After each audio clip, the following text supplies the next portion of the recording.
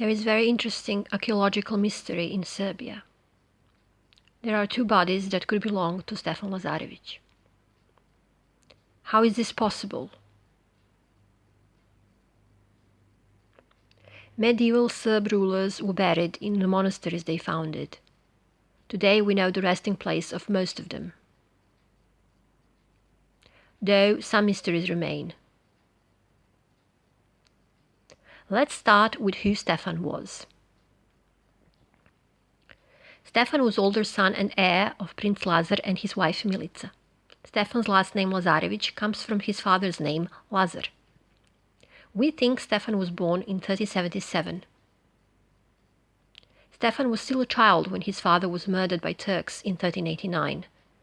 I'm not going to discuss Stefan's rule because it is not important for today's topic. Stefan ruled Serbia between 1389 and 1427. He held the title of Knez, Prince, and then Despot. In 1410, Stefan's younger brother Vuk was killed by Turks. Vuk was beheaded, which is important detail.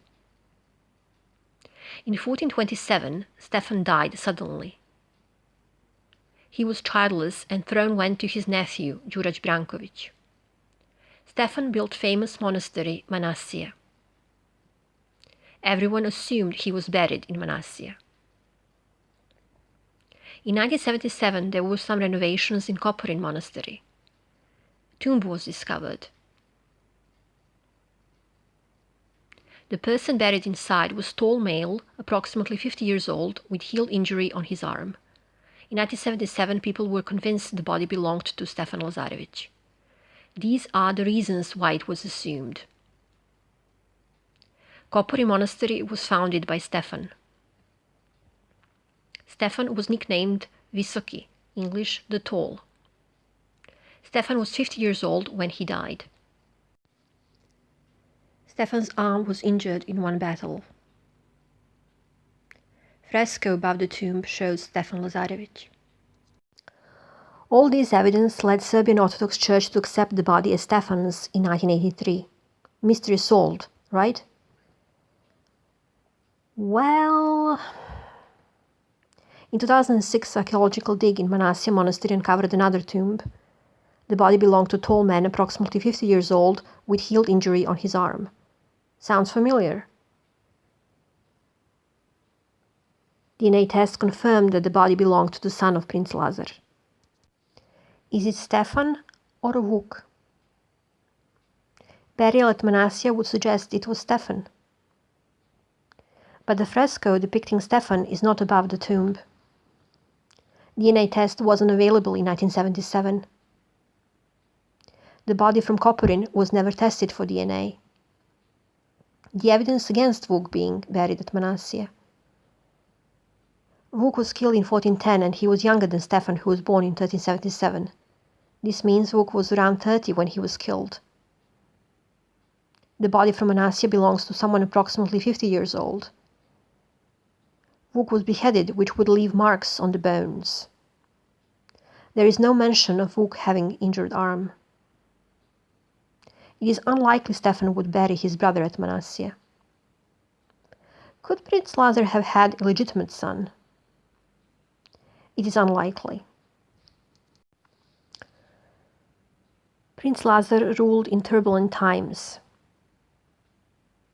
His enemies would have used his illegitimate son against him. Stefan would have no reason to bury his illegitimate half-sibling in Manasija.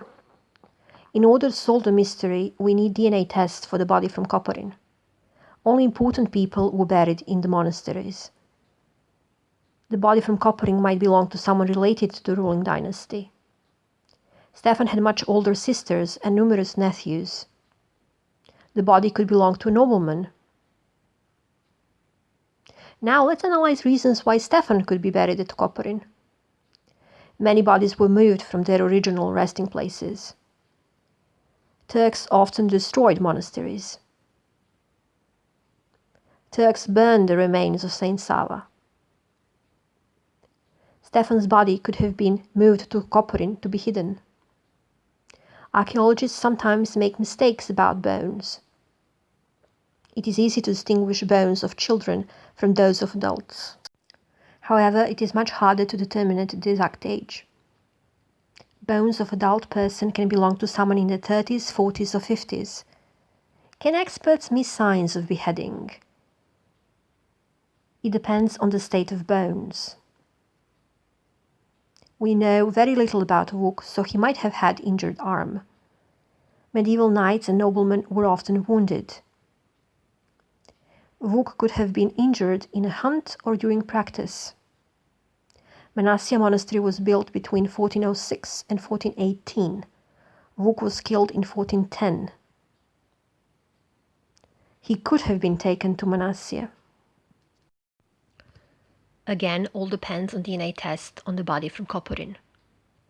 Serbian Orthodox Church has great respect for bodies of saints. Stefan was canonized as saint in 1927. Church officials don't like to open graves and disturb the bodies. It might take decades for the Church to give permission for DNA test. Until it happens, we can only speculate about the bodies from Manasya and Koporin.